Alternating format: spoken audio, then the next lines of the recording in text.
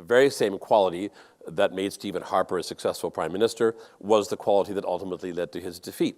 And that's just the way it was. But that said, again, it wasn't the communication strategy of the Conservatives, I believe, personally, that led to their defeat. It was the complete absence of any kind of agenda for another 4 years. There was nothing that you were offering, I say you, assuming you're all Conservatives out there. There was nothing the Conservatives were offering the Canadian electorate in terms of, if elected, we would do this, other than we would continue to do what we did before. The only governing Conservative party in the Western world that had support of immigrant voters, who then went and lost them with barbaric cultural practices and the niqab and the dual citizenship revocation, foolishness like that. And third, I also agree with the line of reasoning that I know runs within some elements of the party, that you never run against the NDP. You only run against the Liberals. And then you went and ran against the NDP. What did you think was going to happen to you? You lost the election. You spent so many years telling the NDP that they should run against the Liberals, and when they finally took your advice, you then ran against the NDP. So you lost the election. And anyway, it was 10 years. It was bound to happen sooner or later.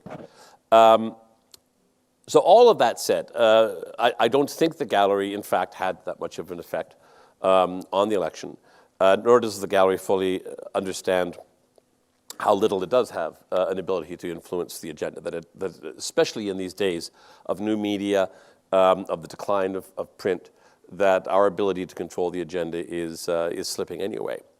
Nonetheless, we're going to be around for a few more years. You may have noticed that those publications that have a strong base in the business community are in fact doing quite well. So the Wall Street Journal is doing fine, the Financial Times is doing fine, the Economist is doing fine, and by the way, the Globe and Mail is doing fine, thank you very much. So we are going to be around. And indeed, if there are fewer and fewer and fewer of us, then the few who are left are going to get more and more and more important. And all that new media that's out there doing all those new media things tend to have a tremendous amount of commentary and very little reporting.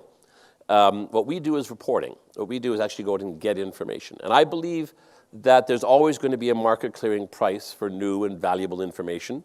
And whatever the platform might be, there will be brands that will be able to charge that market clearing price and will profit as they have in the past from doing what they do.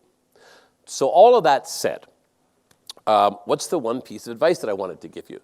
Because I found throughout the 10 years that the Conservatives were in power, they consistently failed to take that piece of advice. Oh, by the way, the Liberals, while they were in power, failed to take it largely as well. They weren't as bad about it as you are. And already we are starting to see those of us who are covering the Liberal government signs that the Liberals are starting to failing to take the advice.